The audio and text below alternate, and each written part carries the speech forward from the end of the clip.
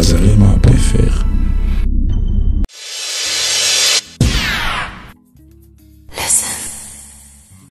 La Bible nous dit que le temple de Salomon reposait sur 2 colonnes, c'est une connexion. Mais il faudrait que la connexion soit bonne, parce que si des mauvaises connexions, la Bible nous dit que le jeune prophète s'est connecté au vieux prophète, et cela a amené la mort dans sa vie. Donc il faut se connecter, mais il faut discerner les connexions, il faut se connecter aux bonnes personnes. La Bible dit que le fer aiguise le fer. La personnalité d'un homme affecte, influence celle d'un autre. Celui qui marche avec les sages devient sage, celui qui marche avec les insensés devient insensé. Pour voir plus de vidéos chrétiennes en exclusivité, tapez www.kazarema.fr.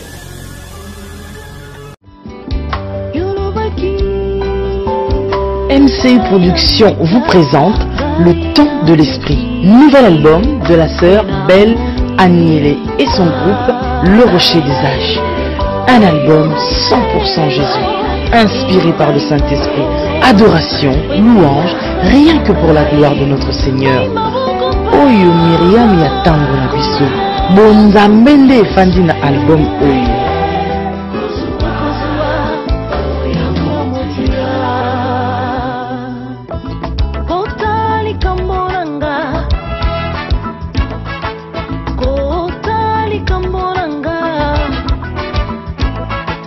Kimambangu, Somba album Nayo. Cet album est déjà disponible. Une musique qui nous transporte devant le trône de grâce. Découvrez et savourez le temps de l'esprit. Nulle part ailleurs.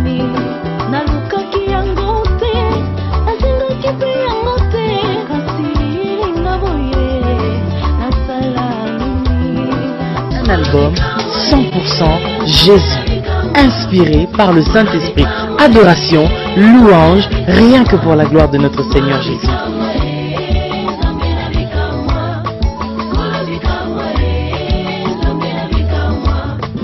Le temps de l'esprit, c'est votre album. Un album déjà dans vos bacs.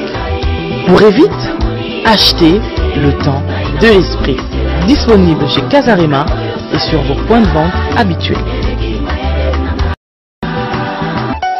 Album Le Temps de l'Esprit, bonzambende efandi na kati album oyo.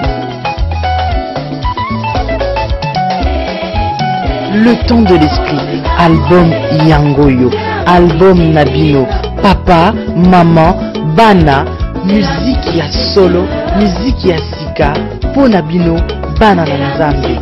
Album oyo, kozanga yango te.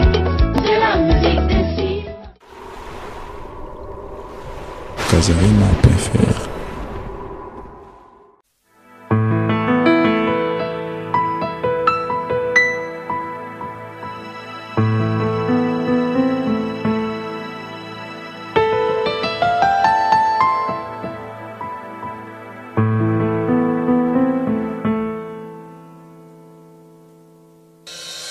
Le roi des cieux et de la terre, le créateur, il est mon père. Le roi des cieux et de la terre est réel, mon rédempteur.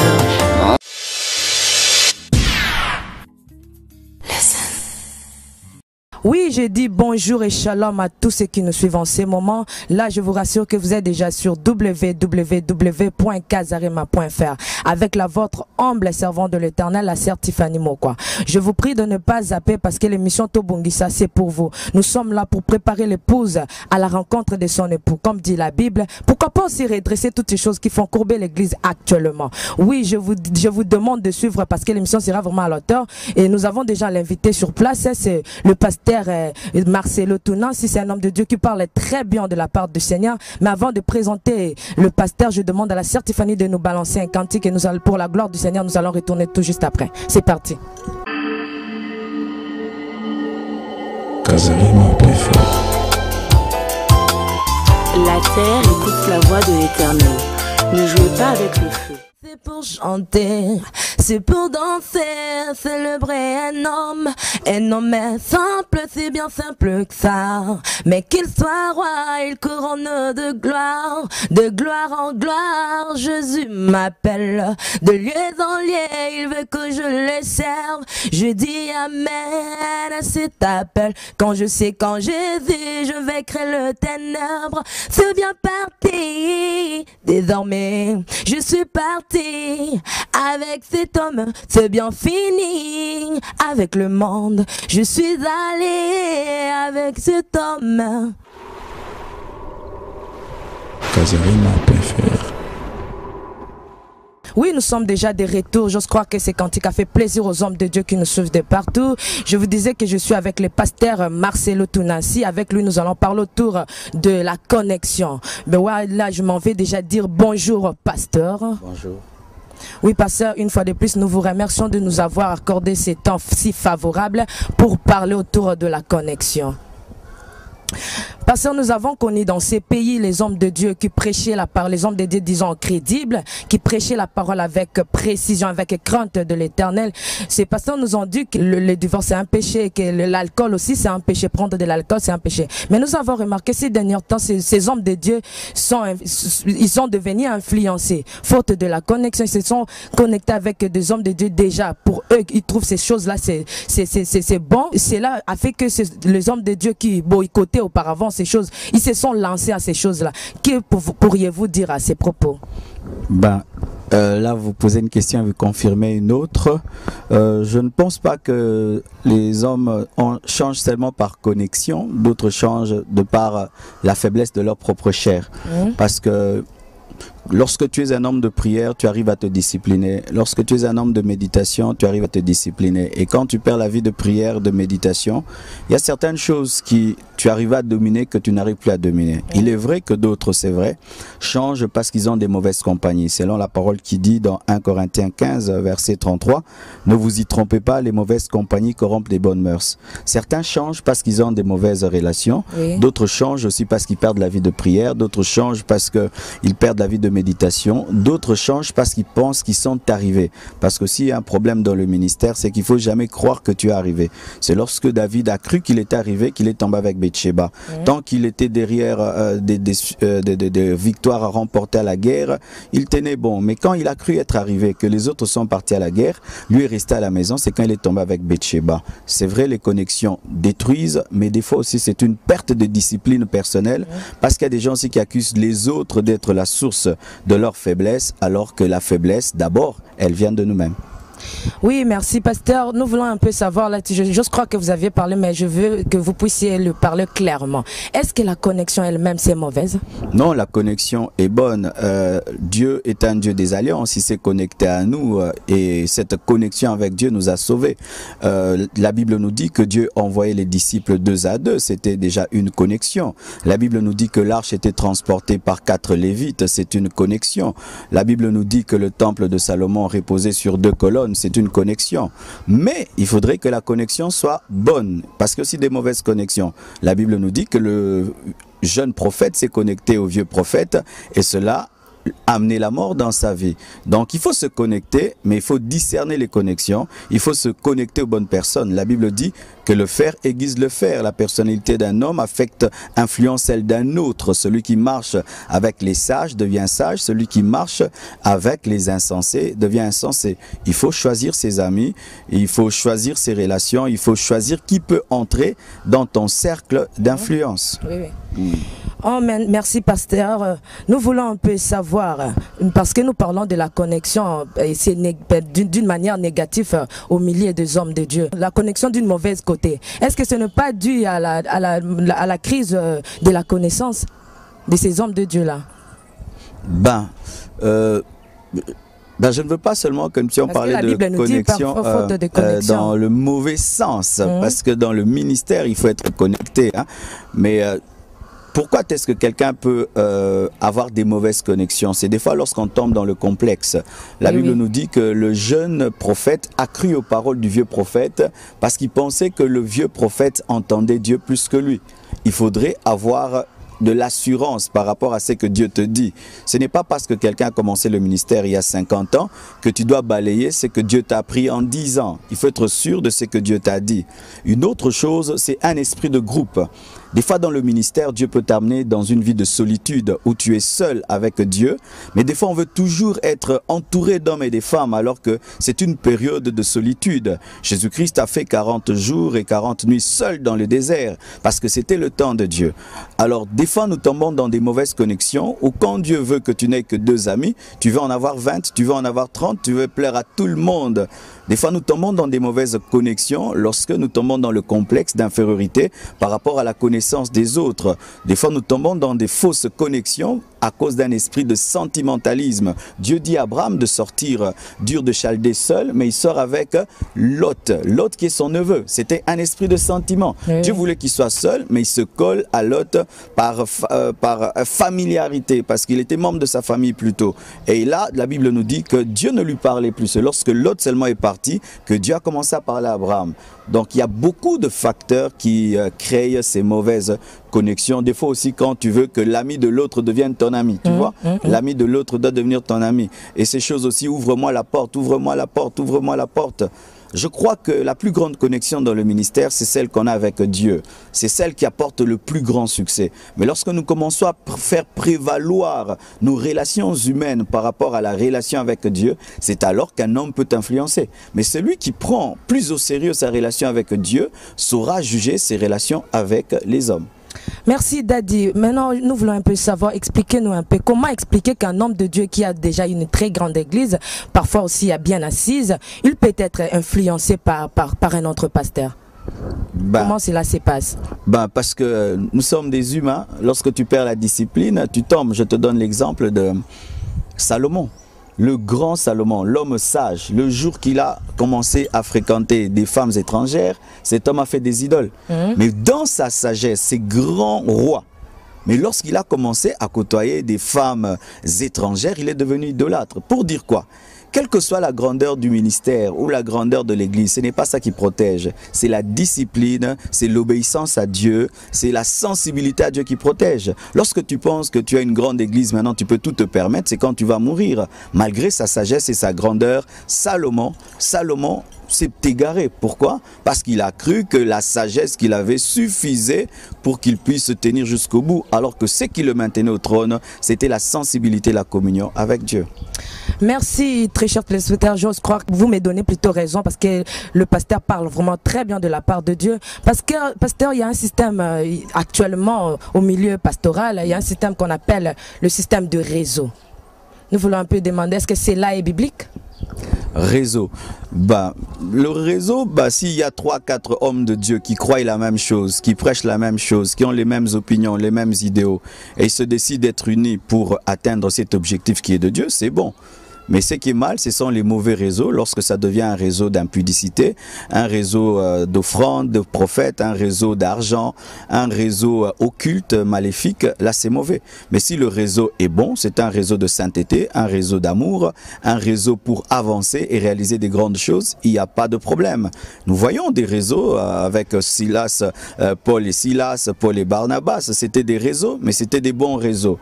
Alors si tu te retrouves dans un bon réseau qui devient un mauvais réseau, tu dois sortir de ce réseau. Mais si c'est un réseau qui te perfectionne, qui te permet de bien jeûner, de mieux prier, mieux servir Dieu, craindre Dieu, c'est un bon réseau. Donc réseau c'est pas mal, réseau c'est mal lorsque c'est un réseau qui te détruit. La Bible dit que heureux l'homme qui ne s'assied pas en compagnie des moqueurs, ça c'est un mauvais réseau. Mais heureux l'homme qui vit en compagnie des hommes qui sont plus sages que lui, plus intelligents que lui. La Bible nous dit que lorsque le roi Saoul avant de devenir roi, est tombé dans le réseau des prophètes, il a commencé à prophétiser. Oui. C'était un bon réseau prophétique.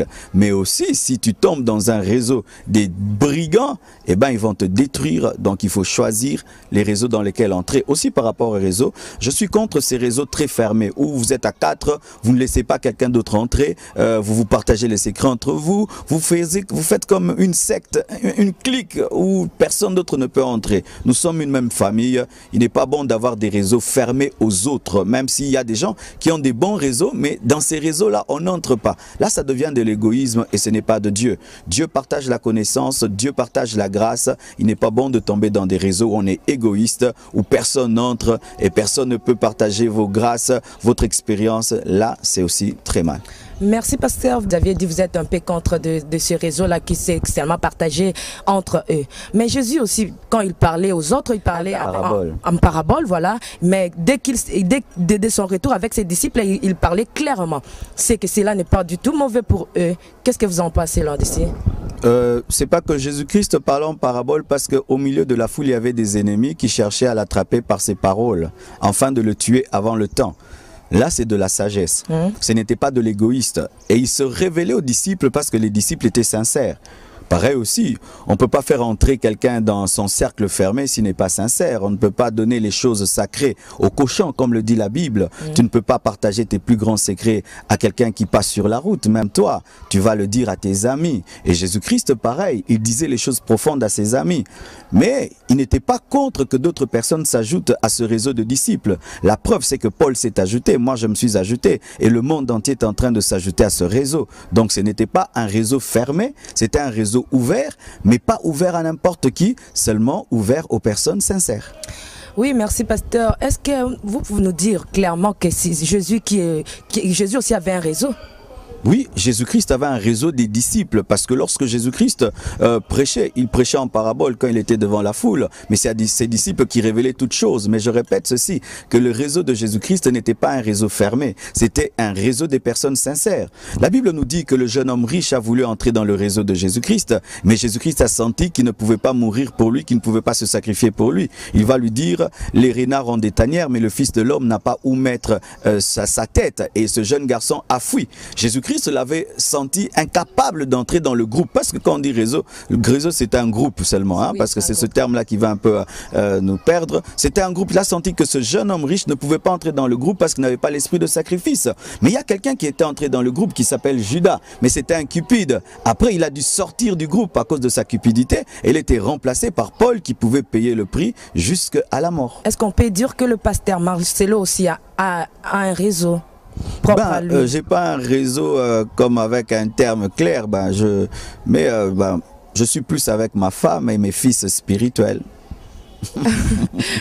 Vous ne voyez pas que vous êtes un peu strict, un peu restreint? Non, parce que non, les autres veulent aussi que vous puissiez... Non, moi je suis l'ami de tout le monde. Je prie Dieu, je cherche des gens qui croiront la même chose que moi, qui auront les mêmes opinions que moi, la vision que moi.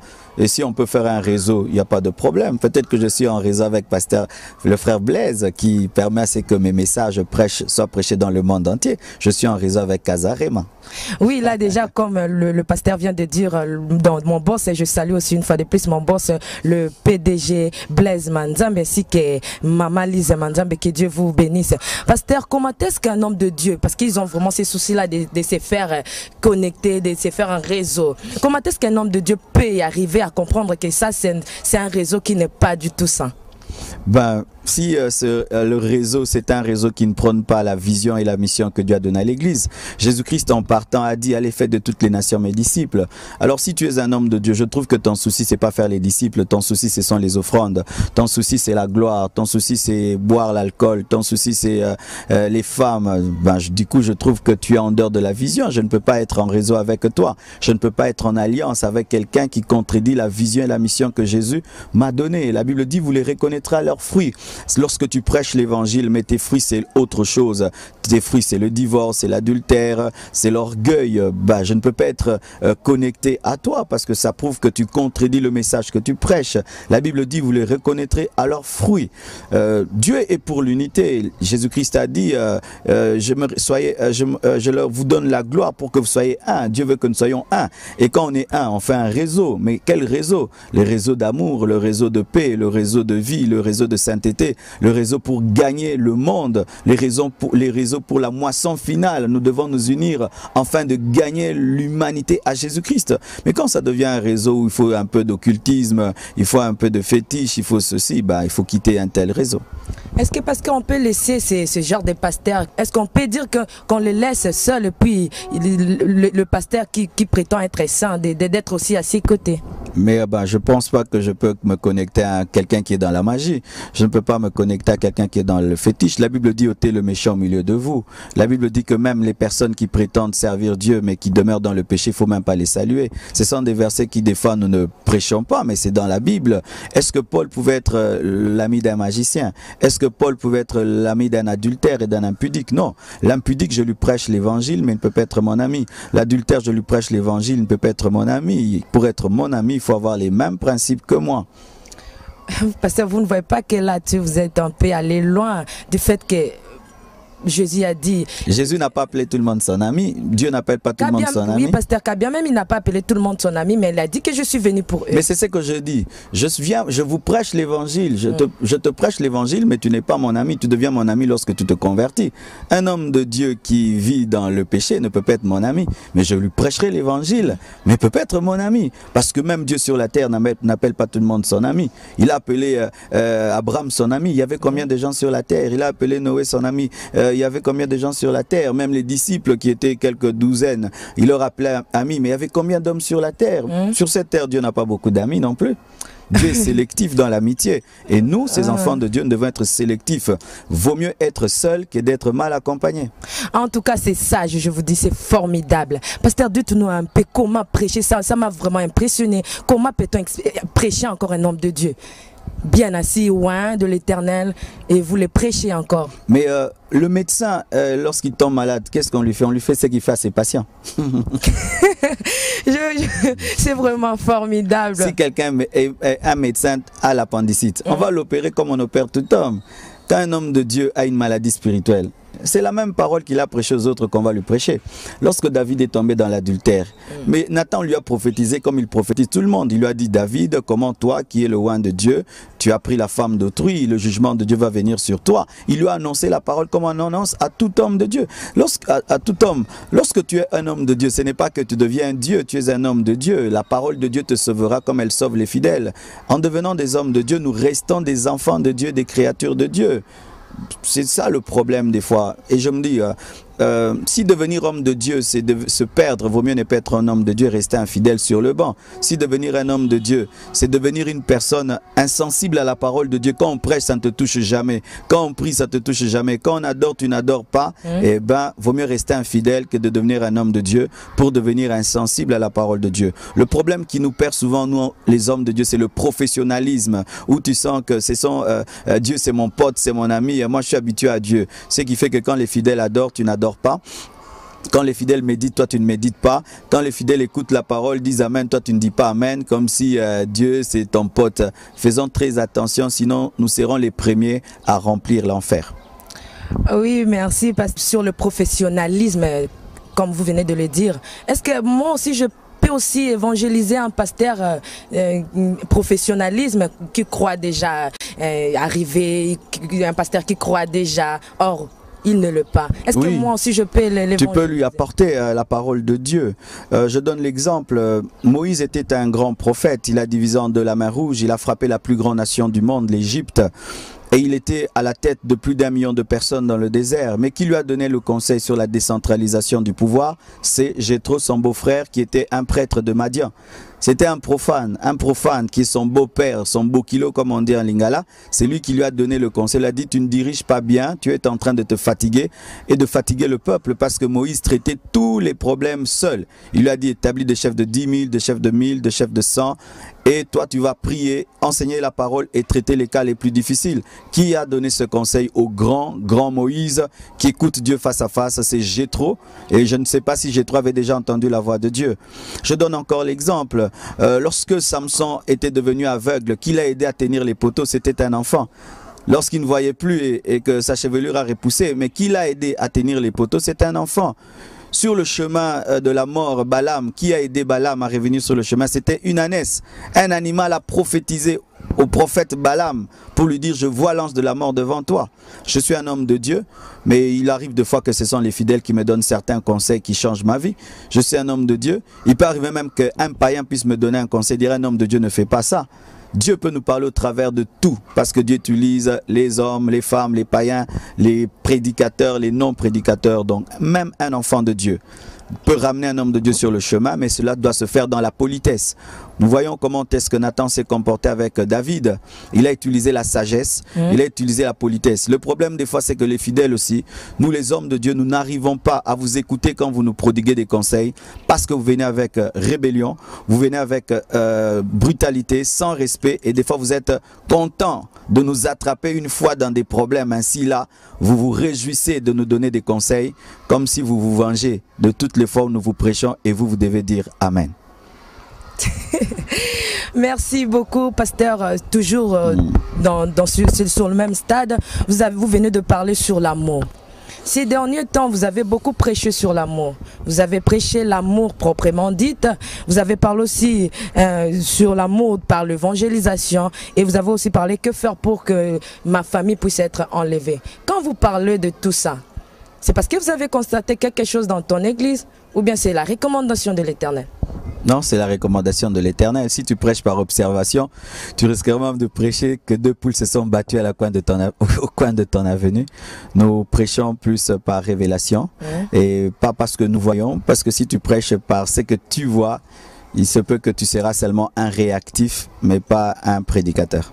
Si c'est par recommandation, comme vous venez de le dire, c'était recommandation seulement pour votre église ou bien c'est aussi pour le monde, pour aller aussi? C'est pour le monde, c'est pourquoi même nous nous efforçons maintenant que chaque fois que nous prêchons la parole, que la parole soit mise sur Internet, sur Casarema et sur YouTube, sur enseigne-moi.com, afin que le monde entier en profite. Cette recommandation, ce n'est pas seulement pour l'église Compassion. Maintenant, chaque fois que je prêche à la Compassion, je prêche au monde, je ne prêche pas seulement à Kinshasa. Et je bénis Dieu pour l'Internet et je bénis Dieu aujourd'hui pour la technologie qui permet à ce qu'un message de Kinshasa devienne le message du monde. Oui, pasteur, je vous informe que je suis vraiment amoureuse de votre prédication, la façon dont Dieu vous utilise pendant la prédication. La fois dernière, je vous ai suivi, vous aviez parlé sur... même si tu adores Dieu, mais sans l'évangélisation, tu n'évangélises pas, cela est nul. Oui. Qu'est-ce que vous avez voulu dire en un mot? Évangéliser sans... adorer sans évangéliser, c'est de la distraction. Parce que le vrai adorateur doit être un prédicateur. Jésus-Christ n'était pas seulement un homme de prière, c'était un homme qui apportait la parole. Les apôtres étaient des adorateurs, mais c'était des grands enseignants de la parole. Lorsque l'Église ne tombe que dans l'adoration sans évangéliser, elle oublie sa mission, elle pratique sa mission en partie. Et beaucoup de chrétiens sont des bons adorateurs, mais pas des bons gagneurs d'âme. C'est pourquoi les églises ne croissent pas spirituellement et numériquement. Et ça, c'est grave. Alors que les adorateurs du diable cherchent à conquérir le monde, les adorateurs de Dieu se plaisent à des bons cultes. Casarema plus fort. La terre écoute la voix de l'Éternel. Ne jouez pas avec le feu. Kin Express vous présente le nouvel album du frère Atoms et la sœur Nadège. Culte, votre album.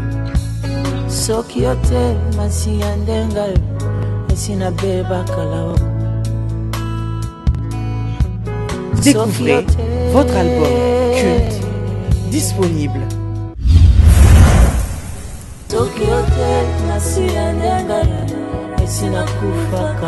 Un album qui nous pousse à adorer le Seigneur.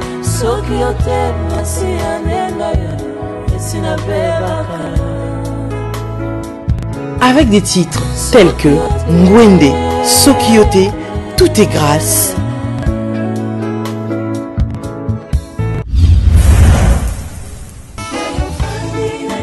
Découvrez cet album culte et passez un véritable culte dans la présence du Tout-Puissant.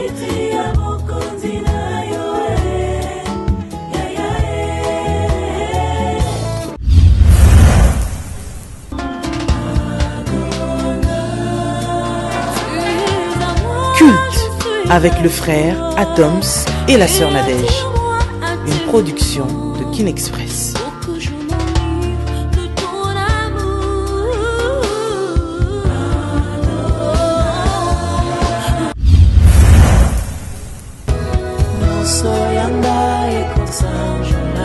Un album à découvrir en exclusivité.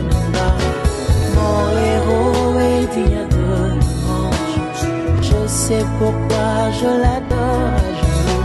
Bobimembo ya motema bae fasa kateo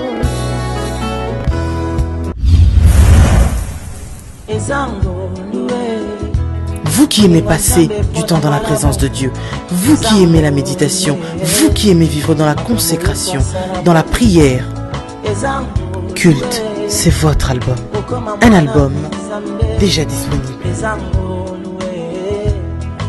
Disponible chez Ken Express, chez Casarema et chez tous les revendeurs habituels.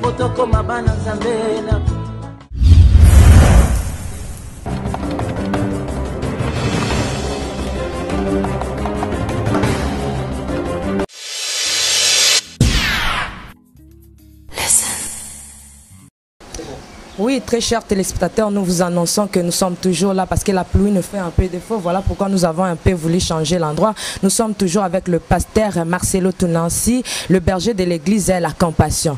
Oui, parce qu'on parlait de l'évangélisation dans l'église. Est-ce que vous aviez déjà pensé à évangéliser Jésus dans la rue? Moi? Oui. Ben, moi, j'ai commencé à prêcher l'évangile à l'école. J'ai fait le porte-à-porte. Et j'ai commencé à prêcher à l'université. Après, je suis devenu président de la jeunesse, prédicateur à l'église. Et je fais des croisades. Et chaque fois que j'ai l'occasion de prêcher à quelqu'un l'évangile, que ce soit à l'église, en dehors de l'église, je le fais. Donc, je ne pense pas que nous devons nous limiter seulement à prêcher l'évangile derrière une estrade. Mais chaque fois que nous rencontrons les hommes, il faut prêcher l'évangile. Et c'est ça le modèle de Christ. Il prêchait la parole dans les synagogues, il prêchait la parole dans les villages et dans les villes, il prêchait la parole même à un individu. Une femme samaritaine a reçu le plus grand enseignement sur l'adoration. Une seule femme. Mais quand il a gagné cette seule femme, il a gagné toute la Samarie. Donc il faut prêcher la parole partout. Merci, parce que actuellement au Congo, pour bien survivre, il faut prêcher sur la bénédiction, que sais-je encore. Mais vous prêchez sur l'évangélisation, vous êtes un peu strict là. Vous ne voyez pas que c'est la condamnation, comme dit les Congolais, ça va mater à condamnation. Ça me fait beaucoup rire ça. Pour survivre, il faut être un homme de foi. Pour vivre, il faut être un homme qui compte sur Dieu. Je ne pense pas que l'homme de Dieu doit changer de message pour manger. Je crois que Dieu, quand il t'envoie, il donne la provision et il donne la vision. Nous n'avons pas flatté les hommes pour envoyer nos enfants à l'école, pour avoir des maisons. Je crois que Dieu est fidèle. Et lorsqu'on le sert fidèlement, même quels que soient les messages qu'on donne, Dieu prend soin de nous. Je ne suis pas contre le message de la bénédiction, parce que dans la Bible, il y a des versets sur la bénédiction. Je ne suis pas contre la délivrance, parce que Jésus-Christ a dit de chasser les démons. Je prêche tous ces messages-là, mais dans mon appel, Dieu m'a dit de plus prêcher la sainteté et les priorités de Dieu. C'est pourquoi je suis plus dans cela. Non pas pour faire différent par rapport aux autres prédicateurs, ce n'est que mon appel et je m'efforce d'être fidèle, tout en respectant ceux qui prêchent la bénédiction, ceux qui prêchent les autres messages, pourvu qu'ils le prêchent avec des motivations pures. Pasteur, de vous attendre parler, nous sentons vraiment qu'il y a la rigueur là-dessus. Vous ne craignez pas que ce peuple de Dieu puisse avoir peur de vous? Non, non. Est-ce que vous avez peur de moi? Est-ce qu'ils ont peur de moi? Je crois que Jésus-Christ était plus rigoureux que moi, mais Jean avait la force de dormir sur sa poitrine. Malgré sa rigueur, c'était un homme d'amour. Je ne pense pas que prêcher la sainteté, c'est manquer de l'amour.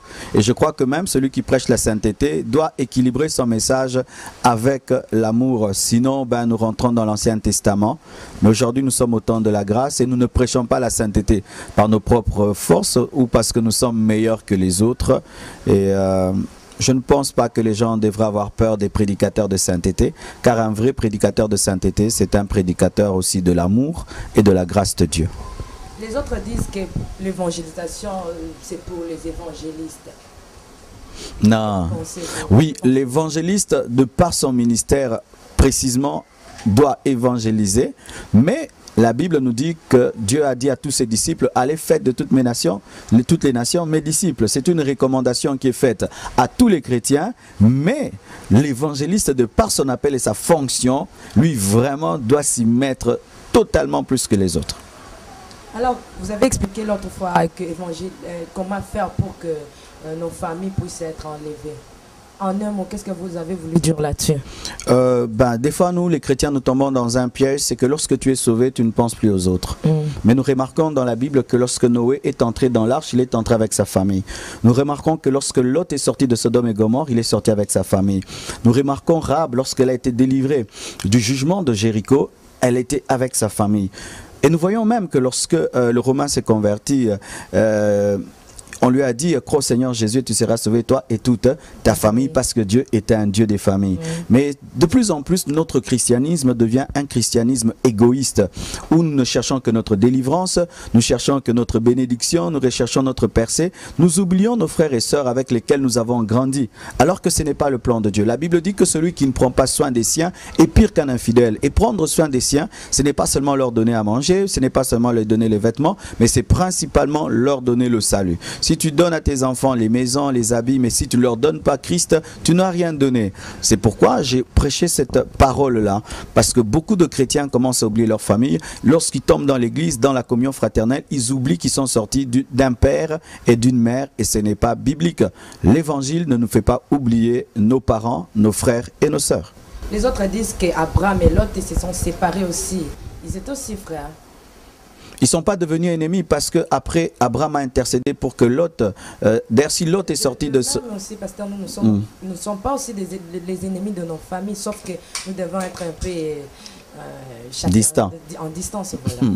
C'est ce que je dis. Lot et Abraham se sont séparés, mais ils ne sont pas devenus des ennemis. Ils se sont séparés parce qu'ils devenaient les deux de plus en plus riches et rester au même endroit commençaient à créer des problèmes entre leurs troupeaux et leurs bergers. La preuve que Lot et Abraham ne sont pas devenus des ennemis, c'est que lorsque Lot est allé à Sodome et Gomorrhe et que le jugement devait tomber sur Sodome et Gomorrhe, qui a intercédé pour lui? C'est Abraham qui a intercédé pour lui. Encore lorsqu'il y a eu une guerre et que Lot et sa famille étaient retenus prisonniers, qui a pris les meilleurs jeunes gens pour aller faire la guerre? C'est encore Abraham qui a fait la guerre pour libérer c'est Abraham qui a fait la guerre pour libérer Lot.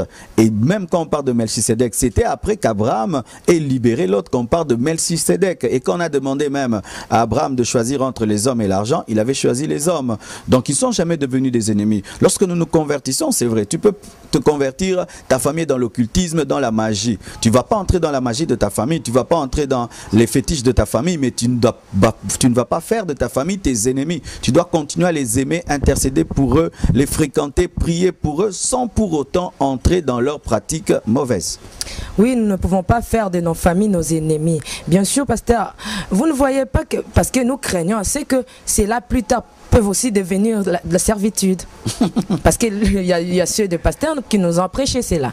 Mais il y a des gens qui fuient la servitude de leur famille, mais qui deviennent serviteurs des églises, serviteurs des hommes de Dieu. C'est aussi de la servitude. Hein? Alors des fois, on fuit la servitude dans les familles et après, on devient esclave d'une autre manière. La servitude, c'est vrai, ça existe. Lorsque, par exemple, dans une famille, on voue un homme, on en fait un Dieu. Personne ne travaille et lui doit travailler pour les autres. Personne ne se bat, lui doit faire la prostitution pour nourrir les autres. Il faut refuser une telle dépendance.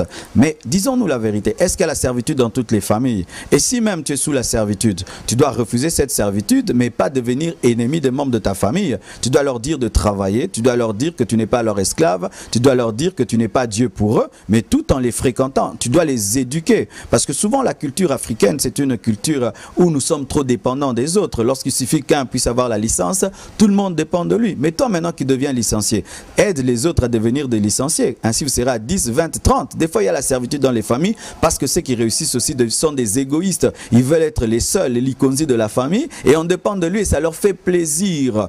Mais aussi, lorsque quelqu'un va dans l'église, et je dis par exemple, il est un frère, vous ouvrez un hôpital, vous ouvrez une école et vous dites non, on ne paye pas les gens, mais on paye le Minerval. C'est aussi la servitude. Hein, vous faites une école et dans cette école-là, on paye le Minerval, mais vous ne payez pas vos enseignants parce que ce sont des chrétiens. C'est aussi une servitude, mais la servitude à l'église. Pasteur, est-ce que vous pouvez être fier de dire que tu as évangélisé ta famille? J'ai prêché aux membres de ma famille. Mon petit frère est pasteur. L'une de mes sœurs est aussi femme de pasteur et prédicatrice.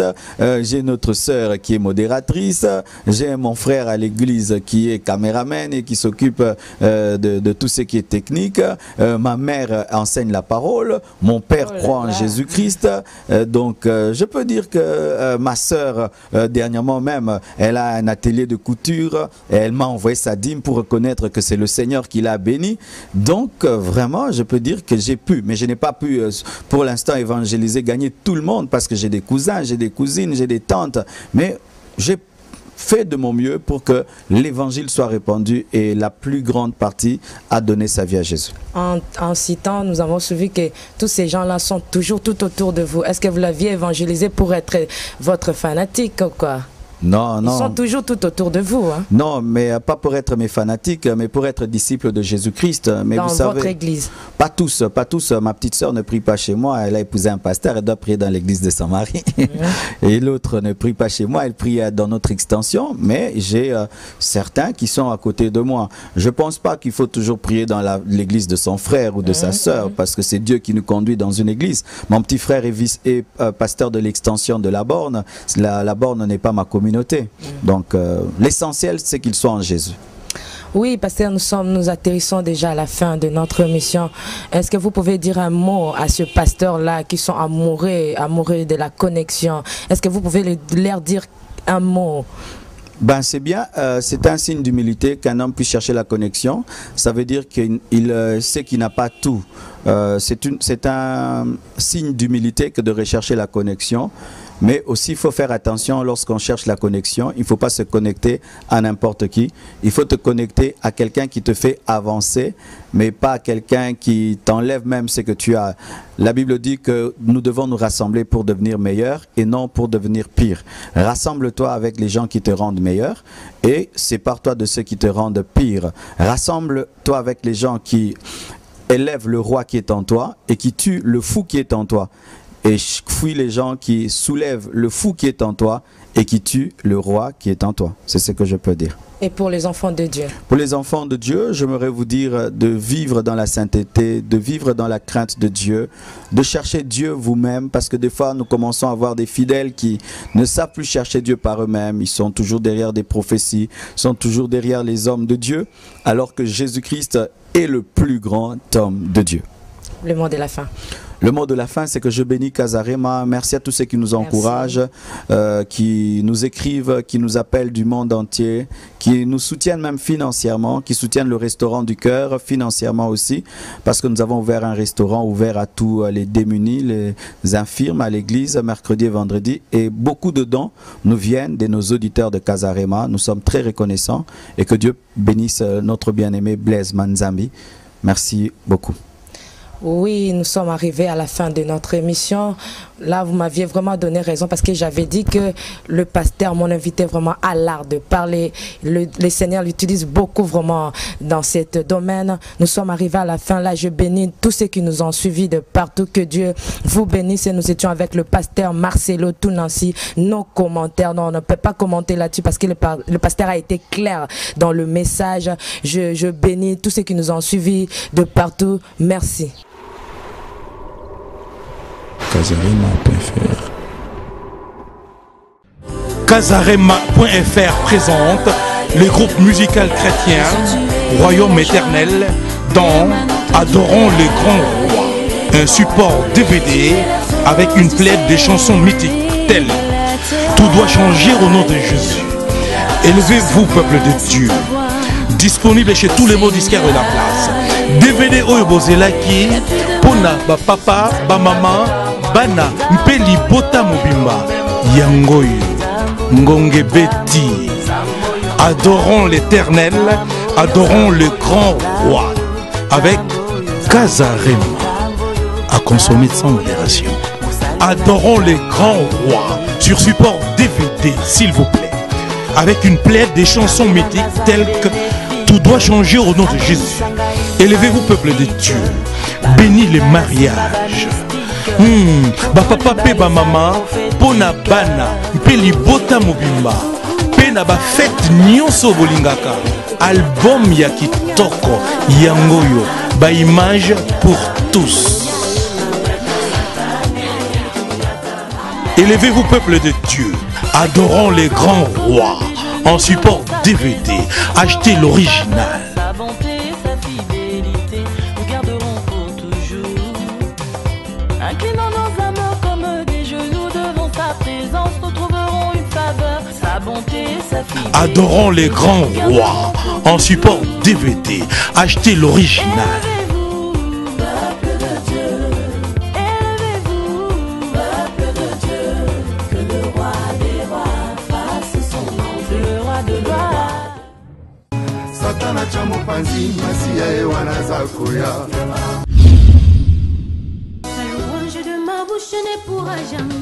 Et enfin, le DVD intégral de l'album Dans ta présence, volume 2 du frère Mike Kalambay et le groupe Shekina Music.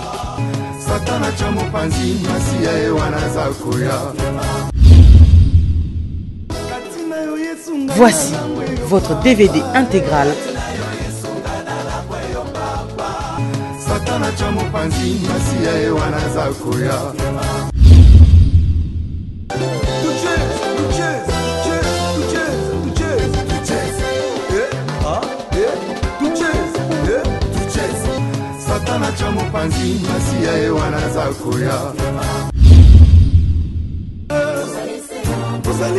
Nzambe azalaka mibale azali seye moko.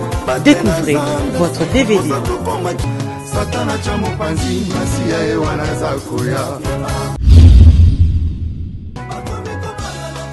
Banguna na biso baza na kimia ata mokie te.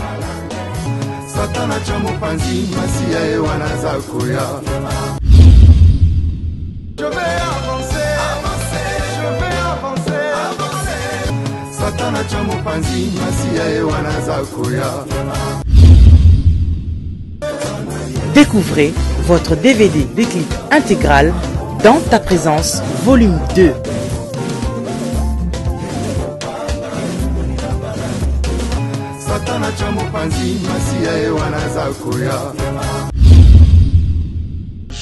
Somba DVD nayo yangoyo.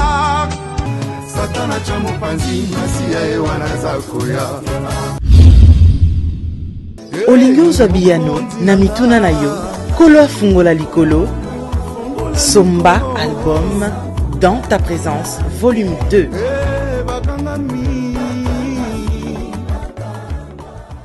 Une production de Kin Express. Une production de Kin Express.